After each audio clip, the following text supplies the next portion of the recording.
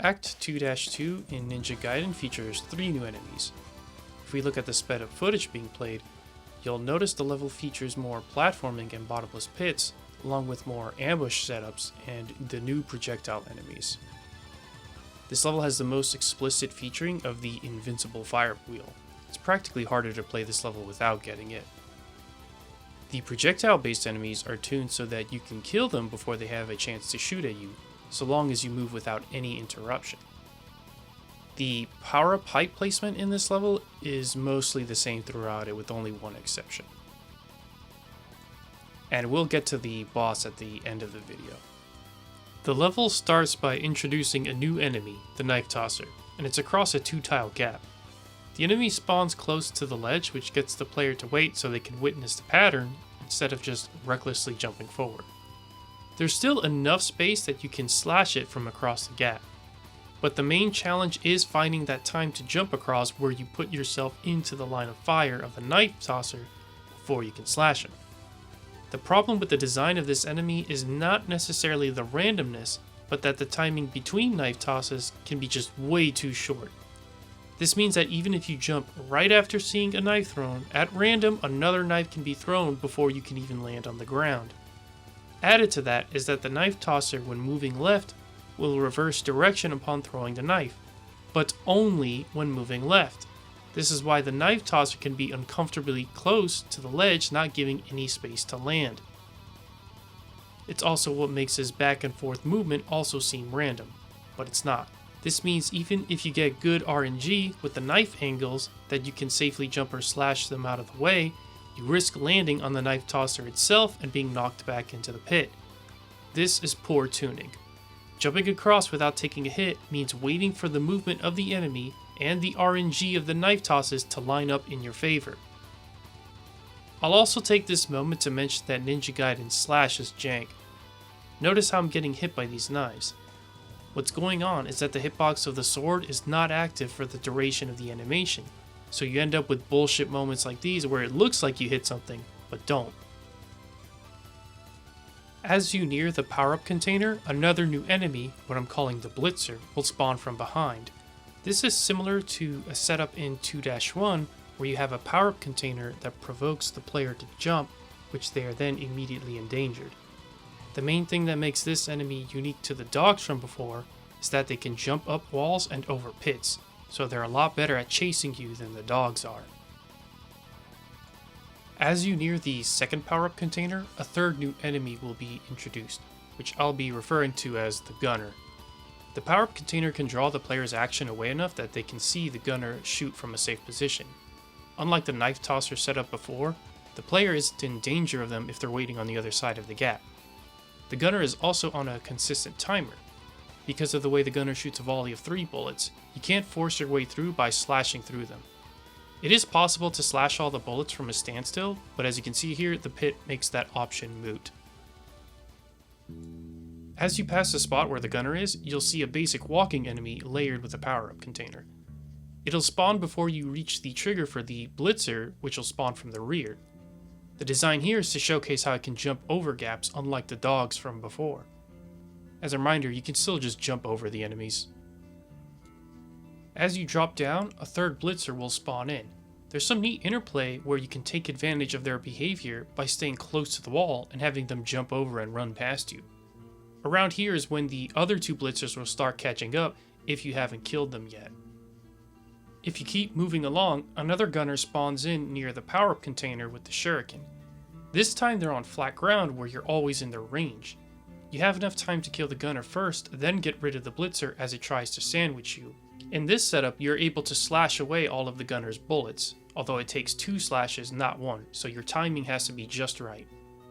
At the end of this section of the level, there's a power-up container by the ladder where you have to jump slash while continuing moving, else the red Ninpo will fall into the pit. This is the first power-up container where you can lose the contents in it. In the next section, you're required to wall jump here to continue, and the bat will spawn near it, so it puts pressure on you to wall jump fast, or else get hit. There's a power-up container above the pillar after a large jump across a 4-tile wide gap. It's pretty free, and it contains health, which is really valuable. As you near the edge of this pillar or jump across to the next one, a blitzer will spawn in front of you instead of behind. They'll fall into the pit here, and this is where you'll see some more of Ninja Gaiden's infamous respawning. It's not like Mega Man where you scroll them off screen and then scroll them back on screen where they used to be. Here, this guy's just getting the Diablo treatment from you standing still. In any case, the design here is to use the unique jumping property of the blitzer to intercept the player as they're jumping to the other pillar. And we can see another aspect to where Ninja Gaiden is progressing its gameplay challenges by having more sections like this. The most effective way to get through this section is to slash at them while in mid-air. A neat bit of counterpoint is present here, as this will get the player to attack the power-up container at the same time, and they will then acquire the invincibility power-up. It's practically harder to go through the next section without it. The remainder of this section is meant to be undermined by the invincibility power-up, although it is possible to go through without it. There's a gunner on a 2-tile wide pillar below.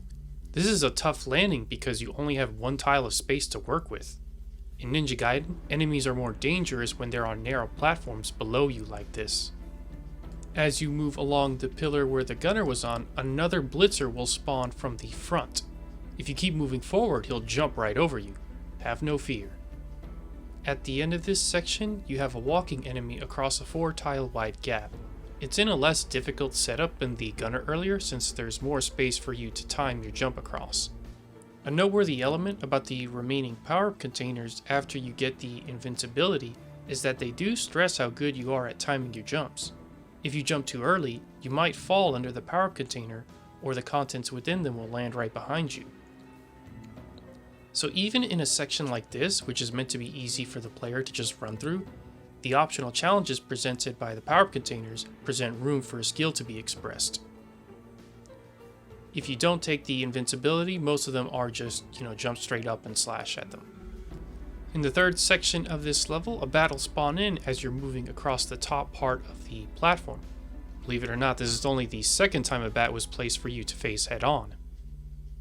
As you continue platforming through the level, this walking enemy is timed so that it'll near the edge so that you can jump slash across. This is another example of how levels are tuned to allow the player to continue moving without waiting. It also doubles as an opportunity for the player to get the power-up container and an enemy with the same slash. Another part of the progression here is having enemies near the ledges of platforms with bottomless pits in between them. As the player moves to the second power-up container, a blitzer will spawn from the pillar you just jumped from, and a knife tosser ahead will spawn in as you move. The placement of the power-up container relative to where the ambush spawns is different than earlier in the level. Before it was placed shortly after you would get the power-up, here it's placed shortly before. So whereas before it might catch you as you're committed towards the end of your jump, here it's going to catch you more towards the beginning. We also now have a knife tosser on an elevated platform versus the one at the start of the level. It's still tuned so that you can jump slash if you keep moving.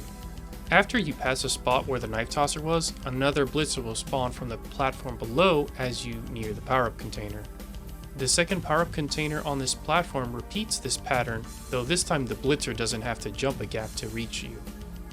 The ambush spot is also positioned further from the second power-up container, so you have more time to react and deal with the blitzer before going for the power-up container and being caught off guard. This blitzer is also designed to chase you down the next 2 gaps if you don't take it on right away. The power-up container contains the spin slash power-up, which is perfect for the next challenge, as you have a walking enemy on a small pillar, kind of like the gunner in the section with the invincibility. Even without the spin slash, it's an easier setup compared to the gunner because you don't have to deal with any projectiles, and the timer of its movement is simpler. Next is another walking enemy that spawns as you near the edge of the pillar to jump the gap. It serves for another spin slash moment. You can also just run off the pillar to make it across the 2x2 gap. The power-up container by the walking enemy here is also free. You also have more space to work with in order to time your jump. Next is a more complex setup with a gunner on a platform and a blitzer that'll pincer you. You can't just keep moving forward and jump slash the gunner before it starts its shooting pattern. The power up here is more guarded, which is why it rewards you with the fire wheel subweapon. The gunner's movement is tuned so that both it and the power up can be hit with the same spin slash. It is possible to still get both with a regular jump slash, but it's really precise. Similar to one of the previous Blitzer setups, it's positioned to spawn in the level from behind as the player is approximately a tile and a half away from the power-up container, which is where the player usually begins their jump. The Blitzer puts a time pressure on you to engage with the gunner that the earlier setup did not. If you decide to take out the Blitzer first, that will give the gunner time to start shooting, although you are still in a safe position. If you do take out the gunner and continue moving along the level, there is a section where you can take cover from the Blitzer and have it jump over you.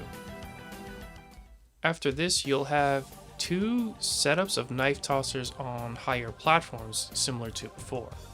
The fire wheel power-up from earlier can undermine this.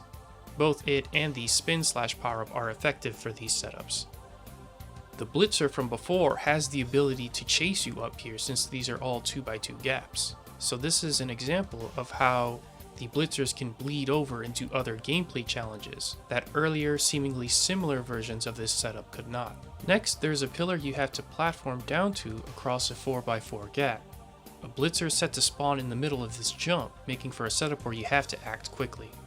There's enough space on the platform for it to narrowly miss you on the pillar as it keeps moving. From the pillar is a 3-tile gap to the next platform, which leaves a small amount of space for the walking enemy guarding the ledge. It is positioned so that if you move right away, you'll be safe. The last 3 walking enemies are placed close together, so you can't easily jump over them. This means you have to make sure to not move too far and accidentally run into them. Quickly slash them out of the way to make room, but this gives more time for the Blitzer to catch up to you. You have to be quick to deal with them before the Blitzer catches up, and then deal with the Blitzer by either slashing it or jumping over it. If you don't jump slash it, you have to recognize that you need to move a little first to where it lands and then slash it, otherwise it'll land right over your sword. If you make the wrong move like slashing the 3rd walking enemy, the Blitzer will hit you, so these are the snap decision moments where you have to recognize which enemy you have to deal with first and be precise with your inputs. It is possible to slash away the Blitzer while on the pillar, but your timing has got to be on point. What's so cool about this setup is how many ways it can play out, with you still being able to come out on top. The stage 2 boss is fairly similar to the first one, only you can't space this one out. It does take advantage of the effectiveness of crouch slashing, however the animation is incredibly misleading, so most players won't even recognize the strategy that's available to them. This is bad design. So if anything, it just plays out as a more stricter version of the first boss, where it just throws out a hitbox for a period that you have to wait out and then proceed to continue slashing him while avoiding him walking into you. Since this boss is more likely to back you into a corner, it's a lot harder to jump over it even if you stick to a wall because of how tall they are. If you jump while it's still moving, they'll instantly turn around, so you can only successfully jump over them if you stick to a wall at the very highest point of your jump, and only then jump over when they're doing their attack and holding still. That's it. So it's a lot stricter this time. With this level, you see the introduction of one of the most important enemies in the series. Believe it or not, this Blitzer is a big deal. All 3 Ninja Gaiden games have this type of enemy, and they're some of the most commonly used. All it does is jump when it reaches a ledge, or when it comes in contact with the wall. That's it. Despite having such a simple pattern, not many other games have an enemy like this. Mario doesn't have an enemy like this. Castlevania doesn't. Even just the notion of enemies spawning from the side of the screen where you were just at is not as common. It seems so simple and so basic, and yet it's a thing that makes Ninja Gaiden's gameplay so unique. By having an enemy that spawns from behind the player, that is able to gradually catch up to them, even if they move along, challenges can play out differently depending on how quickly they move through the level. And it leads to those action sequences where you have enemies coming from every direction. And in the next level, you'll see the next most important enemy to the series. A fan favorite,